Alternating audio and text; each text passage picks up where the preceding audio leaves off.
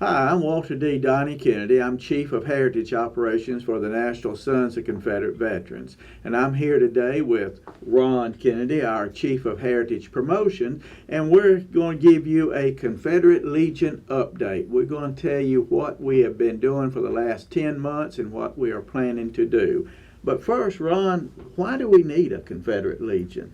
Well, I think it's important first, Donald, to make sure everyone understands when you were given the responsibility to be Chief of Heritage Operations, how big a staff did you have, and how much budget does this department of the National SCV have? Well, the Sons of Confederate Veterans, as most people know, is a volunteer organization. We don't have a big budget for the heritage operations, and our staff is basically you, myself, Ray Shores, Paul Gramlin, and a couple other people who are graciously volunteered their time and their effort. So this is basically a volunteer effort. We don't have big bucks to pay for all this activity that we're doing. What about a budget to pay for ads, radio ads and such? This is why we have the Confederate Legion. Exactly. We're wanting to create an army of active supporters, but it takes money to do this.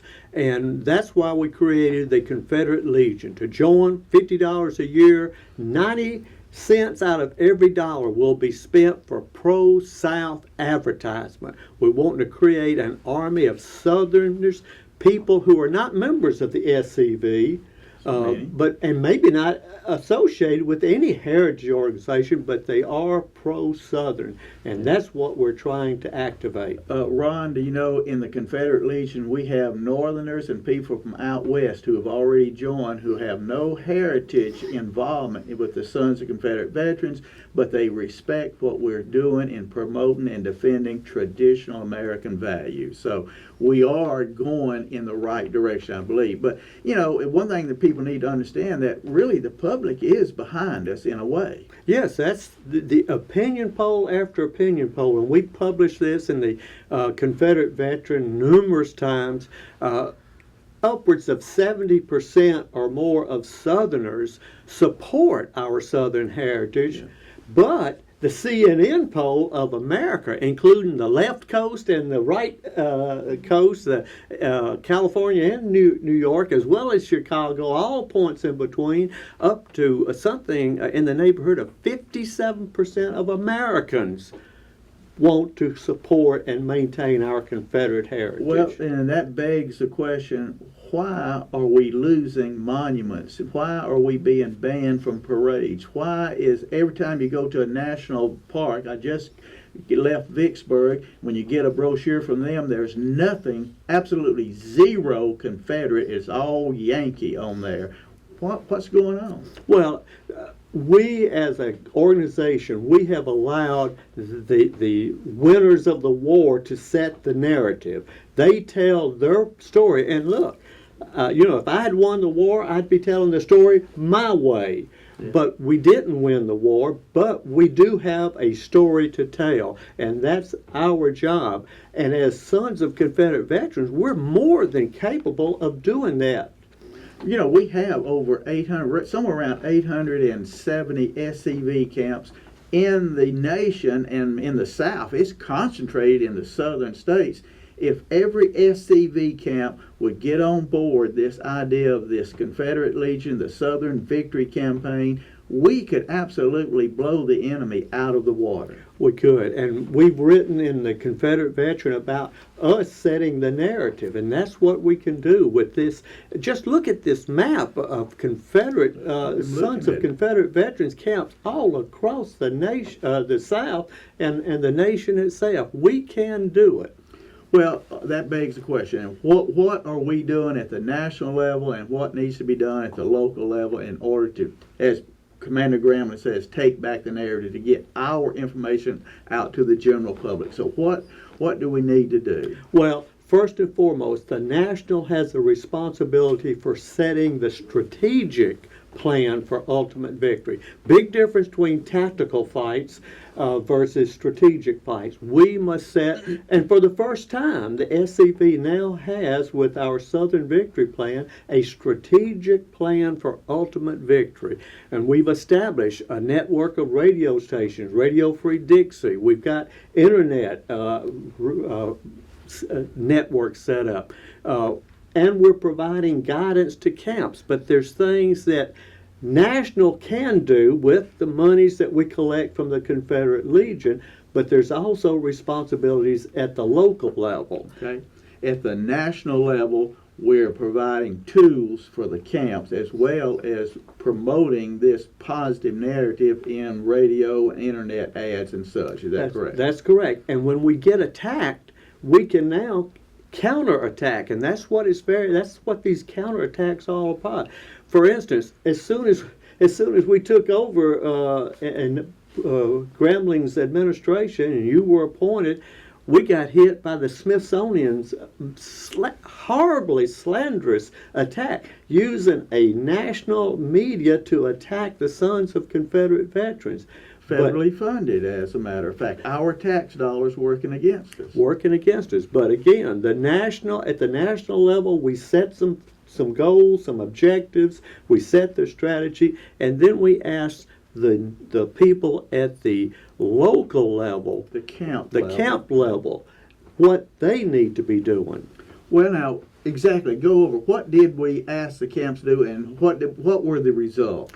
Well, first of all, we sent out to all the camps that we could get a hold of. And again, this is one of the problems we're having, is there's no way for the heritage operation to contact and communicate with local camps. We have to go through the menagerie of top down. We're getting that remedied, but still it's hard. But we asked the local camps to push membership in the Confederate Legion. We can't buy ads without money. It takes money.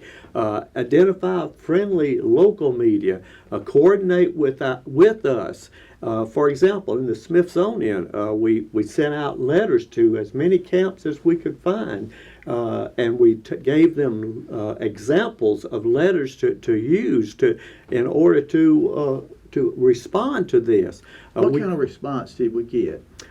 Because I know for a fact that many camps did get involved and sent letters to their congressmen, to senators, and local representatives. What kind of response did we get? Well, with the limited number of camps that responded, we got excellent response. As a matter of fact, we've had senators who had their delegates, not their delegates, but their office people who would call us and say, "Who are you people?"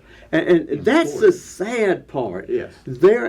Our politicians are asking for the first time, "Who are you people?" And we have to explain. But this gives us a wonderful opportunity to sit down and talk to them, explain who we are, what we're trying to do, how we have a right to express our opinion. I think this should be mentioned here that even though we didn't get the Smithsonian to retract their article, we never expected them to. No. But we use that as a means to leverage our influence with local and national political leadership.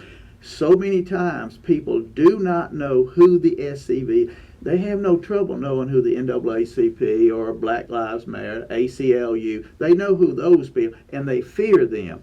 They can't fear us because they don't even know we exist. So we're beginning a process, and this was a good example. Yes, this allows us to give the local SCV a big community footprint. Right. And that's what we've got to do, let them know. Not just the politicians, but church leaders, civic leaders, influence makers in the local area need to be getting these letters, and we at the national level send out these sample letters.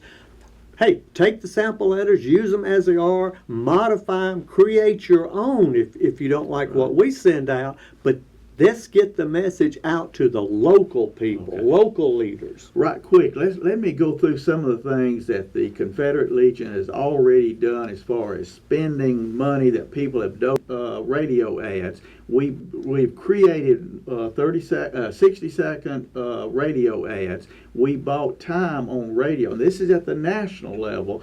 Bought time on radio stations airing these positive pro-South ads on radio stations in, let me take a look here, I think it was Mississippi, Alabama, Georgia, and South Carolina, at least those.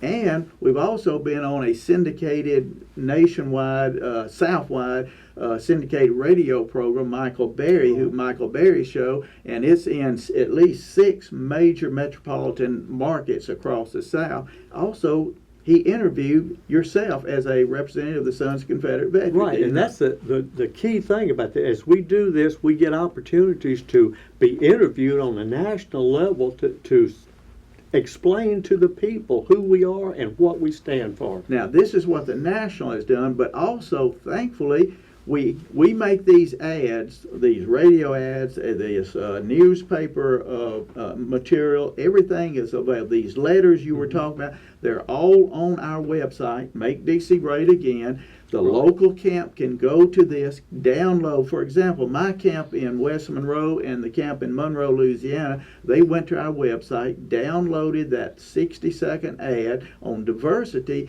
and they bought 20 ads that was heard on radio station in the Monroe, West Monroe area.